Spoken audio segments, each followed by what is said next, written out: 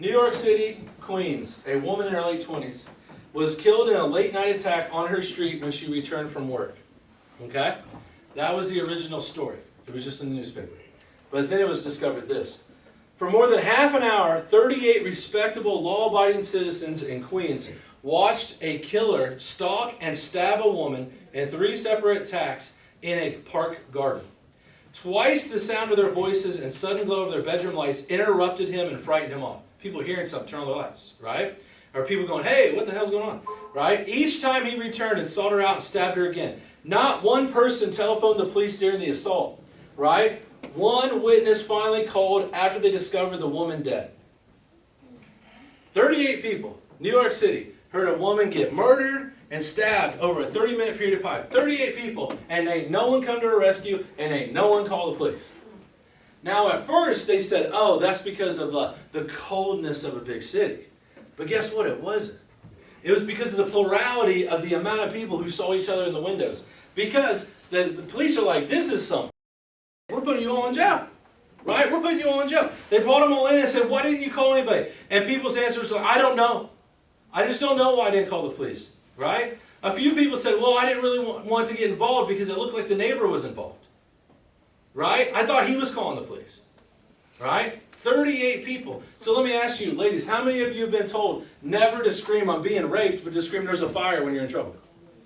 Have you guys heard that? Yeah. That's because of this woman. Right? Fire, fire, fire, right?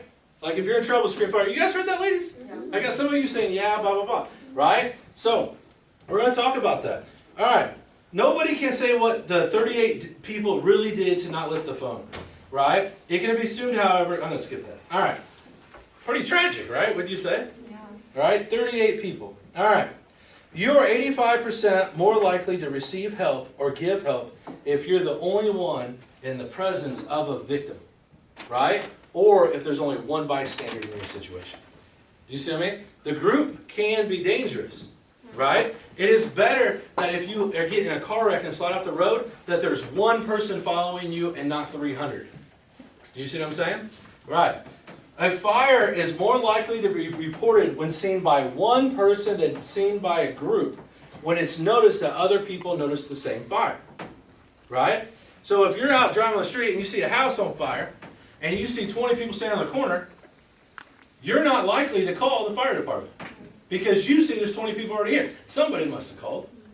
Many, many, many times the fire department does not get called for fires in houses for 10 or 15 minutes, even though the audience has been filming it for Facebook Live for 10 or 15 minutes. Because no one called 911, right? Now, if you're driving on the street and you see a house on fire, right, and there ain't no audience, you are very likely to stop and call 911, right?